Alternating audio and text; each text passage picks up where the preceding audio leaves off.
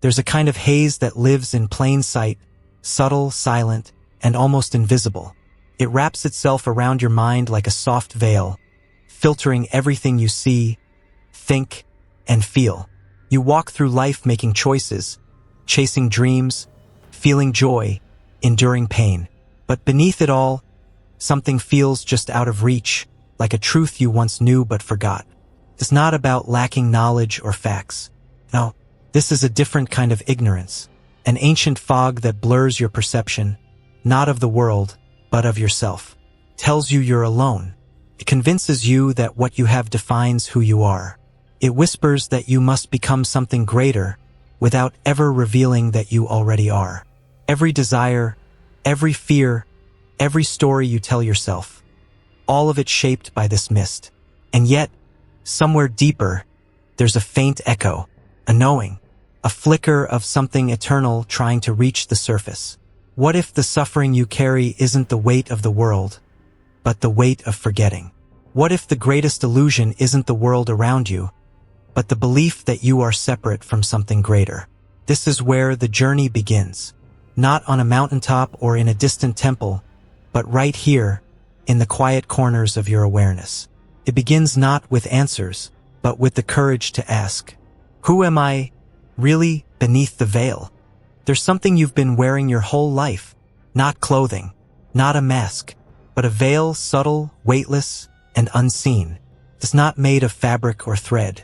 It's made of thoughts you didn't choose, beliefs handed to you before you had a voice, expectations, fears, 1,000 whispered shoulds. This veil doesn't just sit between you and the world. It is the world you've been taught to see. It colors your relationships, your memories, your sense of self. It decides what you believe is real and what you're convinced is impossible. From childhood, you've been told what matters. Be someone, get somewhere, have something, success, image, control. And with every step toward that version of reality, the veil wrapped a little tighter. Not out of malice, but out of repetition. Cultural rhythms, family echoes, social mirrors. And the more you identified with the roles, the titles, the narratives, the less you could feel the still, silent truth behind it all. You see, the veil doesn't scream. It whispers. It whispers that you are not enough unless you prove yourself. That love must be earned. That truth is external. That you are separate. From others. From life. From the divine. But none of that is true. This veil isn't permanent. It's fragile. Made of thoughts that lose their power the moment you see through them. And here's the paradox.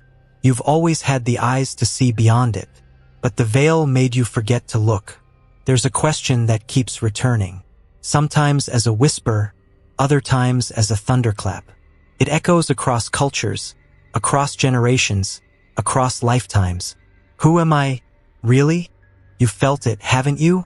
That quiet pull toward something more. It doesn't show up in textbooks or in the noise of the world. It stirs late at night, when the world grows quiet and the mind starts to wander inward. This quest, this deep yearning to understand your place in all of this, it isn't new. It's older than language, older than time. It lives in the hearts of monks in mountain monasteries and in artists painting their truth onto empty canvases. It lives in scientists dissecting the cosmos and in poets capturing the soul in a single line. Every spiritual tradition, every philosophy that ever dared to peer beyond the surface, speaks of the same thing. Not dogma, not belief, but remembrance, a return to something sacred that was never truly lost, just hidden beneath the noise. The Vedanta calls it the self, pure and eternal. Buddhist wisdom names it emptiness, full, alive, awake. Christian mystics feel it as divine presence, the Christ within. Different languages, different maps, but the destination is the same, home. And the journey is not a straight line. It's not a checklist. It's a spiral. One moment you feel enlightened, untouchable, infinite. The next, you're drowning in doubt, tangled in fear. That's how it works. Clarity followed by confusion. Light followed by shadow. But even in those dark moments, something in you remembers. Something in you knows this isn't all there is. Because the quest doesn't begin when life is perfect. It begins when something inside you says, there has to be more. And there is. So much more. The journey inward isn't always beautiful. It's not a sunrise over mountaintops. Not always calm. Not always kind. Sometimes, it looks more like a maze. Winding, disorienting. Walls made of memory. Floors paved with stories you never questioned. And everywhere you turn, you're met with mirrors.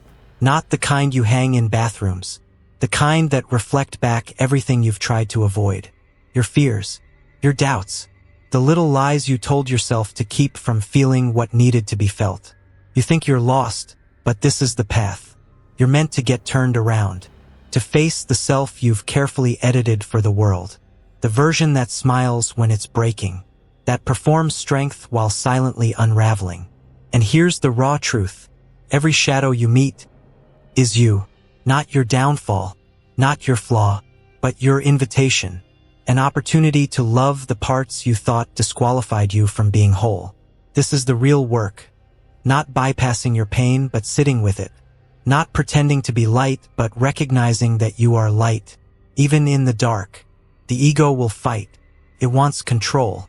It wants the illusion of certainty. But certainty was never the goal. Awareness was presence, truth. So when you feel lost in this labyrinth, when everything familiar begins to crack, pause, breathe, because the deeper you go, the closer you come to the center. And in the very heart of the maze, beneath the noise, beyond the fear, something still and sacred waits for you. Not a new version of you, not a better one, just the real one. There comes a moment, not loud, not dramatic, when something shifts, not outside, but within. The questions haven't all been answered. The path is still winding. But suddenly, there's a quiet clarity, a softness in the noise, a warmth behind the eyes. It's like the first light of dawn after a long, sleepless night. Not blazing yet, but enough to see by. Enough to know that the darkness wasn't forever. That something has always been burning behind the veil. The sun was never gone. It was only hidden. You feel it now. Not as heat on your skin, but as presence in your chest. Not as a voice shouting wisdom, but as silence whispering truth. This is what awakening feels like. Not a fireworks show, but the slow rising of something eternal. Something that never needed to be built, just remembered. Virtues begin to emerge from within you, not as commands, but as a natural expression of who you really are. Compassion no longer feels like a task. It becomes your default language. Patience arises not from discipline, but from knowing everything unfolds as it must. You start to see others, not just their words or actions, but their essence, just like you're starting to see your own. And in that light, in that stillness, you recognize something breathtaking. You were never broken. You were only covered. And the veil is beginning to fall. Words are powerful. They build worlds. They give form to what we feel, meaning to what we see. But sometimes, they get in the way. We grow up surrounded by names. For people, for beliefs, for identities, for the divine. And we hold onto them like anchors, thinking they are the truth. But names are only symbols. They point, they guide, they help us navigate. Yet what they point to is beyond language, beyond concept, beyond comprehension. You can call it God, the universe, the self, the light, presence, consciousness, or higher reality. But none of these can capture what it truly is, because it's not something to be understood with the mind. It's something to be felt with the whole being. This essence, this presence. It doesn't fit inside a sentence. It doesn't respond to doctrine. It doesn't belong to a single tradition. And yet, you've always known it. Not through education, but through intuition. A quiet knowing that flickers when the mind gets still, when the heart opens wide enough to hold what cannot be held. It's not found in what you say. It's found in what you are. Beneath your name, beneath your role, beneath every identity you've worn to survive in this world. The truth of you has no name, but it's more real than anything you've ever said out loud. And once you taste it, even for a breath, this is what you've been searching for all along. There's something that happens when the veil starts to lift. You begin to see more clearly yourself, the world, others. You feel the weight of illusion falling away, and part of you wants to shout from the mountaintop, "This is it. I see it now." But here's the catch. That same clarity can become a trap if you forget compassion. Because the moment you believe you're more awakened than someone else, you've stepped right back into the veil, just wearing a more spiritual costume. You see someone lost in distraction, in ego, in fear, and maybe you feel frustration, or even pity. But the truth is, they are exactly where they're meant to be, just like you were, just like you still are. Growth doesn't happen on a fixed schedule. Awakening doesn't follow a curriculum. The soul unfolds in its own time, like a flower that blooms only when the sun is right. So what's your role? Not to fix, not to preach, not to judge, but to see, to love, to trust. You don't feel sorrow for a child who hasn't yet learned algebra. You know their time will come. And the same goes for spiritual understanding. Everyone's journey is sacred, even when it looks chaotic. And sometimes, the person you think is asleep is simply walking a quieter path than yours. One you can't see, one you're not meant to. So let go of the need to evaluate. Replace judgment with kindness. Replace superiority with presence. Compassion isn't feeling sorry for someone. It's standing beside them without needing to change them. And the more you release judgment, the more you align with the very essence of the truth you found. Because love is the purest reflection of awareness. Let others bloom in their own time. Just keep blooming in yours. The sky changes. Clouds roll in. Storms break loose. Darkness falls without warning. But behind it all, the sun has never stopped shining. It was there when you felt lost. It was there when you thought you were broken. It was there when you forgot who you were.